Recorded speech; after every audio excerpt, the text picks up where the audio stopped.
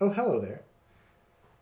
Welcome to JOU 3601 Photojournalism. It's a class that I love teaching. It's a class that I think you'll like taking. And together I think we're going to have a pretty good semester. Now, first of all, first things first, you may notice that this is an online class now. You got contacted about that in the summer, and hopefully that's okay for everybody. We're not meeting in person. This class will be virtual. We'll be doing everything online, turning in assignments, working through instructions, etc. You may notice that this office that I'm currently in is not the office I used to have at Florida Gulf Coast University. You'll notice that it's got a window, for example, whereas my old office did not have that.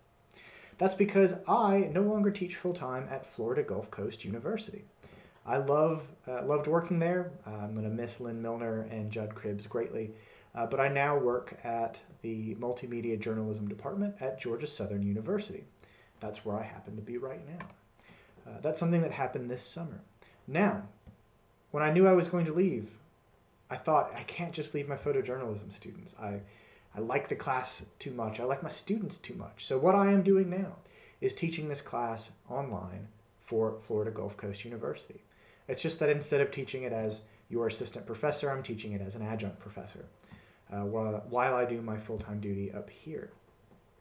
So more on how that will impact the class in a second, but for now the main thing to know is I do not live in Fort Myers anymore, so we'll have to make sure that we have alternate ways of contacting each other. That aside, I think you're going to have a really great time in this class. It's designed to build knowledge of photojournalism, to build the vocabulary you need to be a photojournalist, to very fine-tune the skills you need to put together stories in a visual way. This is a very fine-tuned class, but we'll still talk about very big picture issues. I'm really excited about that. Some questions that I'll get about this class early on that I want to clear up early on. First of all, do you need a fancy pants camera to be successful in this class? Do you need something that looks like this in order to do well in the class? The answer is no. If you have a DSLR, that's fine. Feel free to use it in this class, and we'll talk about with some of the lessons in this class how you can tinker with an SLR to be successful. But if you don't, let's say you have no idea what a DSLR even is, and you happen to have a smartphone that will take at least 8 megapixel pictures, you can use this for the course as well.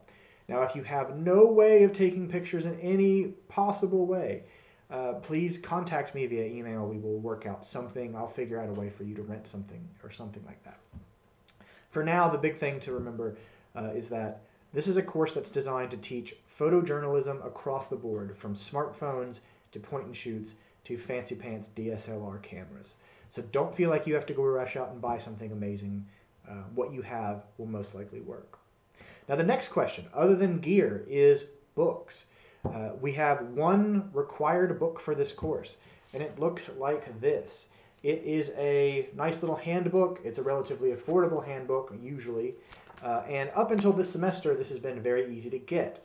And then I was told over the summer break that the publisher has stopped publishing this book in paper form, which means that this cool little handbook may never be a cool little handbook again. However, we're still going to use it because if you go onto Amazon.com and you look for the ISBN or the title of the book, which is the Citizen Journalist Photography Handbook, Shooting the World as It Happens, you'll find that they have an ebook available to purchase there. The ebook is $9 or $8.99. You can then load it for your Kindle if you have a Kindle. You can load it for the Kindle app on your iPhone or your iPad or your Android device, or you can just simply load it into a browser of your choice if you happen to have a browser Kindle version, which is free. You don't have to pay for that at all.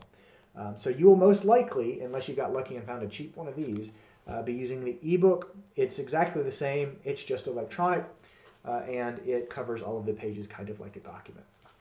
You'll need that for some of the assignments in this class. Speaking of assignments, please make sure you look at the syllabus, conveniently located on the syllabus tab of the Canvas page, and make sure you know how the assignments are going to work, read the instructions for them, look at the schedule for the course, and see if you have any general questions about what we're doing. The big picture is this. Everything in this class, except for a handful of small assignments from the book, are based all around doing photo stories. You're going to tell a journalistic story using just pictures and captions. You're going to do this on themes, and the themes will be something like a day in the life, or work shift, or struggle. You're going to do this on a sort of a repeating cycle. If you took reporting with me, it's very similar to that. It works on a repeating cycle.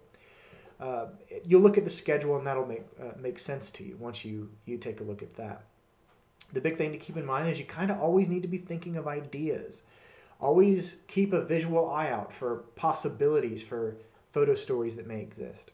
And your photo stories will be submitted as a compressed zip file to Canvas. Everything will be done through Canvas.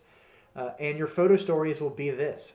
Think about a Russian nesting doll, where it's got the tiny thing and the bigger one and the bigger one. You will turn in 20 photographs that tell the story of what you're trying to convey.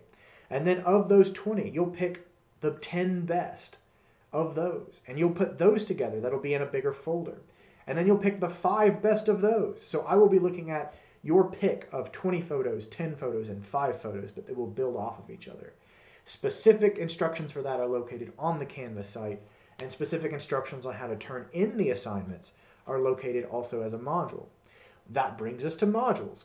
The course is set up as a series of modules based around the instructions of the assignments themselves. You can click through them on your own time. There are deadlines for each assignment and each thing, but if you want to turn in work early, feel free. And if you want to click ahead, also feel free. That's fine by me.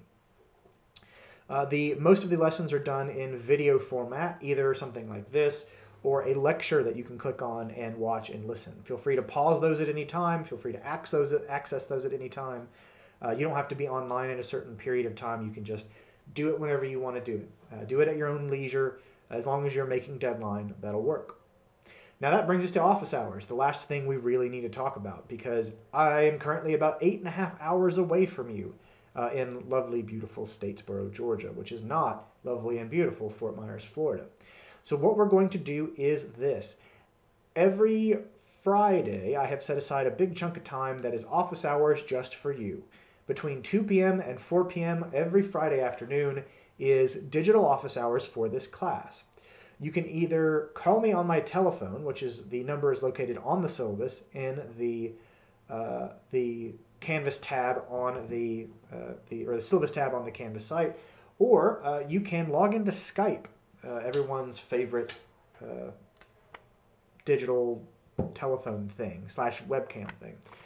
You can then find my account, which is Dr. Riley_writes on Skype. Find me there. You can add me as a contact if you want to. I will be logged in between 2 and 4 every Friday. Feel free to either use the telephone system in there to call or the webcam system to video chat, and we can go over anything you may need during those office hours on Skype during that period of time. Now let's say between 2 and 4 p.m. on Friday just flat out does not work for you at all. That's okay. Just let me know what does work for you. I will be on campus then. I can fire up my computer. We can Skype any way you want to do that. As long as it's not conflicting with anything else I've got going on, I will be fine. But the time I have set aside just for you all is 2 to 4 p.m. on Fridays. Like I said, I think you're going to have a really good time this semester, even though you maybe didn't sign up for this as an online class. But I think we're going to have a really good time. If you have any questions, please email me. My old email account still works. So it is JERiley, R-I-L-E-Y, @fgcu.edu. And again, let me know if you have any questions about the class. Otherwise, I really look forward to our semester together.